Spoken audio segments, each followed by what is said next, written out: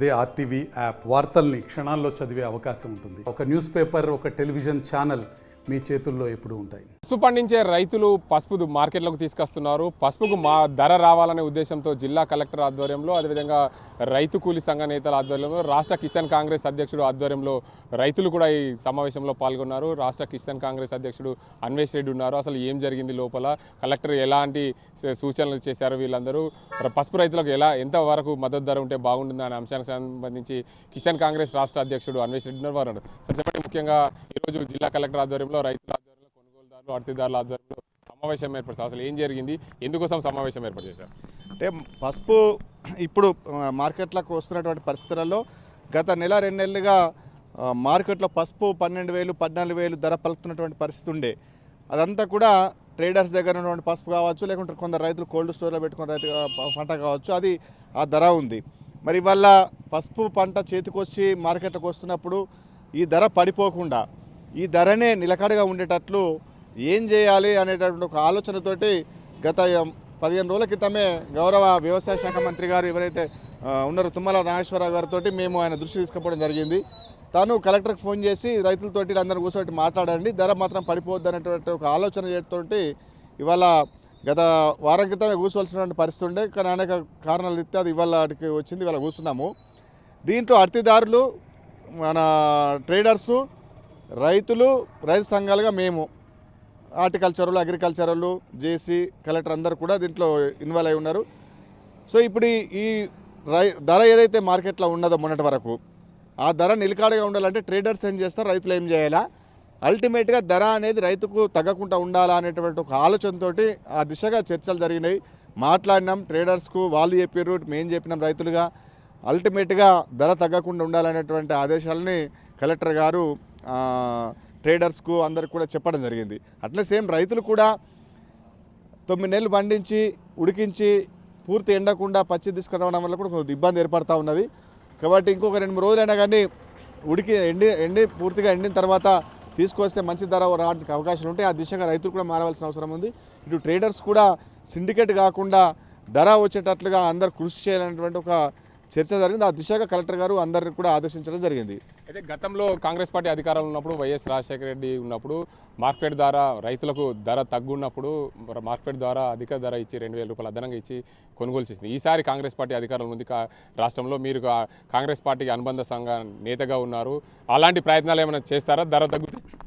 ఇప్పుడు అందులో భాగమే కదా రైతులను ఆదుకోవడానికి ఆనాడు రాజశేఖర రెడ్డి ఏ రకంగా అయితే కొనుగోలు చేస్తామని చెప్పిండ్రో ఆ రోజు ధర ఎట్లా పెరిగిందో ఇవాళ కూడా రైతుకు ధర రావాలి, ధర తగ్గద్దు అనేటువంటి ఒక ఆలోచనతోటి ప్రభుత్వమే ఒక ముందడుగు వేసి ఆ దిశగా ప్రయత్నాలు చేసి అందరితో మాట్లాడమని, రైతులు అల్టిమేట్గా బాగుండాలి, రైతులకు ధర తగ్గకుండా ఉండాలనేటువంటి చేసే ప్రయత్నమే ఇది. కాబట్టి ధర ఇప్పేయడానికి కూడా ప్రయత్నం చేస్తున్నాము. దాంట్లో భాగంగానే ఇవాళ జరిగినటువంటి మీటింగ్. అయితే నిన్న కూడా నిజామాబాద్కి సంబంధించిన ఎంపీ ధర్మపురి అరవింద్ అర్తిదారులతో, కొనుగోలుదారులతో, రైతులతో మార్కెట్ కమిటీలో సమావేశం ఏర్పరిచారు. వారు కూడా అంటున్నది ఏంటంటే ధర తగ్గకుండా చూడాలి, ఎక్స్పోర్ట్స్ పెరిగాయి, బీజేపీ పార్టీ కేంద్రంలో మేము ఎంపీగా అయిన తర్వాత పసుపు ఓటు దాని దీనికి అంతటికి సంబంధించి మేము చేసిన ప్రయత్నం వల్లనే ఎక్స్పోర్ట్ పెరిగాయి, రైతులకు ధర అధికంగా పలుకుతుందని చెప్పి అరవింద్ కూడా నిన్న రైతులతో సమావేశం ఏర్పాటు చేసుకున్న సందర్భంలో ఓ మాటలో అన్నారు. ఏమంటారు? ఇప్పుడు ఆయన మనిషి అయితే ఆయన గురించి ఆయన మాట్లాడచ్చు. అసలు మా దృష్టిలో ఆయన మనిషే కాడు. ఎక్స్పోర్ట్స్ ఏడ పెరిగినా ఇంపోర్ట్ ఏడ తగ్గింది చెప్పండి. నేను డాటా ఇస్తా, 10 సంవత్సరాలుగా డాటా ఇస్తా. నేను ఏనాడు కూడా ఎక్స్పోర్ట్ ఇంపోర్ట్ అనేది ఎవరేజ్కి అదే జరుగుతూ ఉన్నది. ఎక్కడ కూడా పెరగలేదు, తగ్గలేదు. వీడి తెచ్చి వీకింది ఏందాడా? ఆనాడు ఎన్నికల వస్తుంటే ఏదో ఒకటి మాట్లాడాలని ప్రయత్నం చేస్తాడు. ఎన్నికల ముందు మాట్లాడతాడు, తప్పితే మళ్ళీ ఏముండే 5 ఏళ్ళ క్రితం మాట్లాడి బోర్డు చేస్తాను, గెలిచిన తర్వాత బోర్డు వేస్ట్ స్పైసెస్ ప్రాంతీయ కార్యాలయమే దీనికన్నా మెరుగైందని మాట్లాడిండు కదా. మరి ప్రాంతీయ కార్యాలయం మెరుగైనప్పుడు మళ్ళీ బోర్డు ఎందుకు అనౌన్స్ చేయించినావు? అంటే నీకు ఏది రైతులకు ఉపయోగపడుతుందో ఉపయోగపడదో తెలియని అజ్ఞానివి నువ్వు. ఆ రోజు ప్రాంతీయ కార్యాలయమే మెరుగైంది, బోర్డు అంబాసిడర్ గారు సమానం అని మాట్లాడింది నువ్వే కదా. ఎవరు చెప్పారు? మరి మళ్ళీ మొన్న ఎన్నికల ముందు, అసెంబ్లీ ఎన్నికల ముందు మళ్ళీ బోర్డు అని ఓ గెజిట్ విడుదల చేస్తుంది. కనీసం ఆ గెజిట్లో ఎక్కడ బోర్డు నిర్మాణము, దాని విధి విధానాలు ఏంది, దానికి వచ్చే నిధులు ఏందని చెప్పేసి ఎక్కడ క్లారిటీ లేదు. నిన్న మాట్లాడుతున్నాడు బోర్డు పనులు చాలా అయినాయి, రైతులకు ధర వస్తుంది. ఏడ పనులు చాలా అయినాయి? అసలు ఎక్కడ చాలా అయింది? బోర్డు అనేది అసలు ఏ ప్రాంతంలో నిర్మాణం చేస్తున్నారు, అది ఎక్కడ చేస్తూ ఉన్నారు, దాని విధి విధానాలు ఏంది, అసలు ఎక్కడ నిర్మాణం జరిగింది? ఓ గాలికి మాట్లాడితే అయిపోతుందా? ఇంపోర్టు ఎక్స్పోర్ట్ అనేది ఎప్పుడు కూడా డిమాండ్ సప్లైని బట్టే ఉన్నది.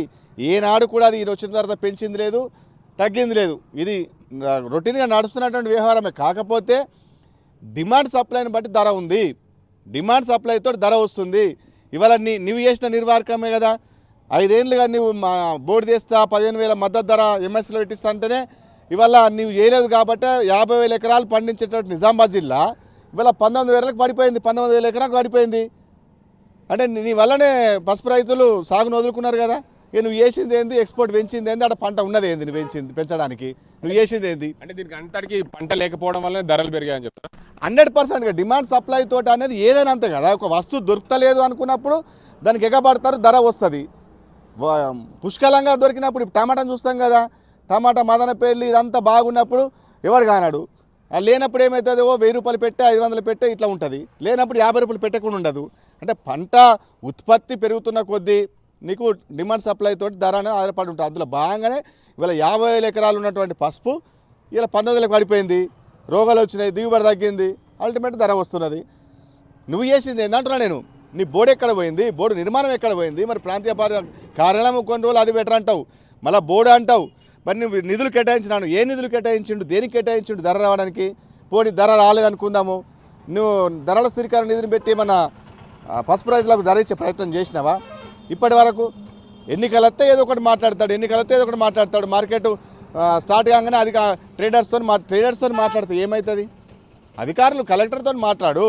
కలెక్టర్ అల్టిమేట్ ఇక్కడ జిల్లా పరిపాలనాధికారి నిర్ణయాలు తీసుకోవడానికి. ఏమవుతుంది అది చెయ్యు. నీకు అంత చిత్తశుద్ధి ఉంటే ఎంఎస్పీలో పెట్టియు.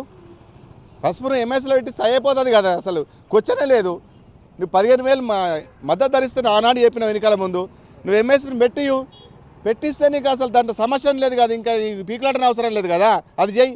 అయితే రాష్ట్రంలో కాంగ్రెస్ పార్టీ ఉంది, అలాంటి ప్రయత్నం ఏమైనా మీరు చేస్తారా? కాంగ్రెస్ మేము 100% ఎంఎస్పీలో ఉన్నటువంటి పంటలకు వరంగల్ డిక్లరేషన్లు చెప్పినాము. పసుపును కూడా ఖచ్చితంగా పసుపు రైతులను ప్రభుత్వం ఆదుకుంటుంది. కేంద్ర ప్రభుత్వానికి కూడా రాష్ట్ర ప్రభుత్వం ద్వారా లేఖ కూడా రాస్తున్నాం. ఆ దిశగా గౌరవ ముఖ్యమంత్రి గారు, అగ్రికల్చర్ మినిస్టర్ ఆల్రెడీ మాట్లాడారు. మేము కూడా చెప్పడం జరిగింది. పసుపుకు సంబంధించిన విషయంలో ఖచ్చితంగా కేంద్ర ప్రభుత్వానికి లేఖ రాస్తారు, పసుపు రైతులను ఆదుకునేందుకు ప్రయత్నం చేస్తారు. కానీ వీనిలాగా సీజన్ లాగా వచ్చే ఎన్నికల ముందు మాట్లాడి నేను ఏదో చేసిన వచ్చి పాలాభిషేకాలు చేయించుకున్నాడు, అదంతా చేయాల్సిన అవసరం లేదు. అంతా లఫుడ్గాలు చేస్తారు.